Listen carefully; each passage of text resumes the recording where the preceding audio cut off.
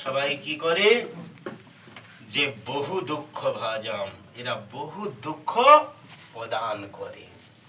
অতএব কেহ নহে পিতামাতা আত্মীয় স্বজন, সকলই ফেনার মতো থাকে অল্পক্ষণ। যে এরা কেউ নিজের পিতা মাতা আত্মীয় স্বজন নাতি নাতনি এরা কেউ সত্য নয়। এই জড়জগতে মায়ার বন্ধনে আসক্ত হয়ে আমরা এইগুলো চিন্তা করি, কিন্তু এরা কেউ সঙ্গে যাবে না।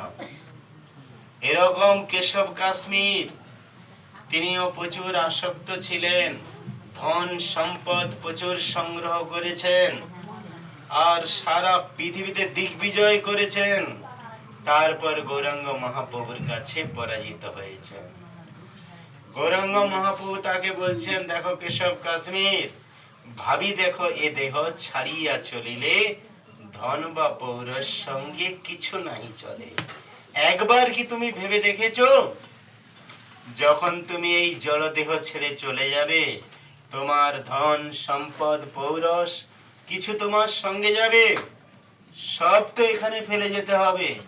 তবে কেন তুমি আসক্ত হয়েছ? এই বিষয় ভোগের জন্য, সংসারের জন্য, ছেলে মেয়ে নাতি নাতনি এর জন্য কেন এত লালায়িত হয়েছ? অতএব হে বিপ্র, ছাড়িয়া জঞ্জাল শ্রীকৃষ্ণ চরণ গিয়া ভজ সকাল। যে অতএব এই সমস্ত জঞ্জাল ছেড়ে দাও, জঞ্জাল ছেড়ে পরম পুরুষোত্তম ভগবানের ভক্তি করো, আর ভগবানের দিব্য নাম হরে কৃষ্ণ কৃষ্ণ কৃষ্ণ হরে হরে, হরে রাম রাম রাম হরে হরে। যে জঞ্জাল ছেড়ে ভগবানের ভক্তি করো, আমাদেরও সেরকম ভগবানের ভক্তি করতে হবে।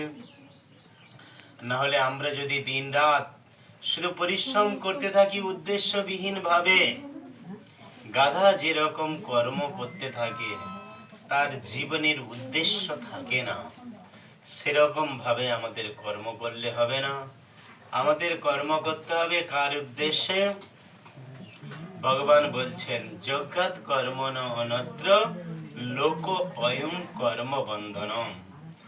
যে তুমি আমার উদ্দেশ্যে কর্ম করো, আর আমাকে বাদ দিয়ে যে কর্ম করো না কেন, তা তোমার বন্ধনের কারণ হয়ে দাঁড়াবে।